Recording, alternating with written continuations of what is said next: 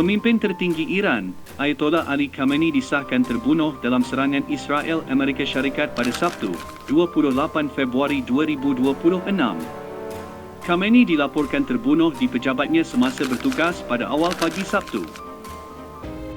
و پیشقراول امت اسلامی حضرت امام خامنه‌ای با نوشیدن شهد گوارای شهادت در ماه مبارک رمضان به ملکوت اعلی پیوست. Sejarah kepimpinan Ali Khamenei, beliau secara rasmi mengambil alih kepimpinan tertinggi Iran pada tahun 1989, menggantikan tokoh berkarisma Ayatollah Ruhollah Khomeini. Jika Khomeini adalah bapa ideologi Revolusi Islam 1979, maka Khamenei adalah arkitek yang membina asas tentera moden Iran. Pengalamannya memimpin Iran sebagai presiden di tengah-tengah perang berdarah menentang Iraq pada tahun 1980-an membentuk pandangan politiknya. Rasa pengasingan yang disebabkan oleh sokongan Barat terhadap Saddam Hussein pada masa itu menyebabkan ketidakpercayaannya terhadap Amerika dan sekutunya. Di bawah arahannya, Kor Pengawal Revolusi Islam, IRGC, berubah daripada pasukan separa tentera kepada institusi keselamatan, politik dan ekonomi Iran yang paling berpengaruh. Beliau juga memulakan konsep ekonomi penentangan untuk menggalakkan kemerdekaan negara di tengah-tengah sekatan antarabangsa.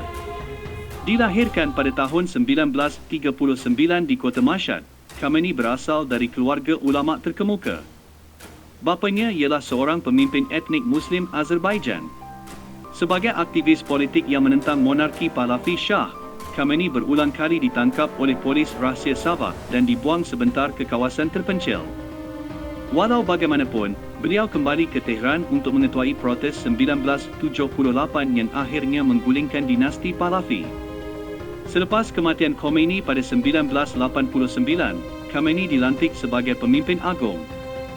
Walaupun awalnya dianggap sebagai tokoh kompromi, beliau membuktikan kewibawaan dirinya sebagai pemerintah tertinggi dalam Republik Iran.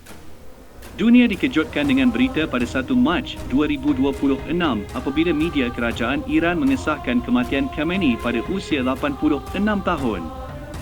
Beliau terkorban susulan serangan udara bersasar oleh tentera Amerika Syarikat dan Israel di tengah-tengah konflik wilayah yang memuncak.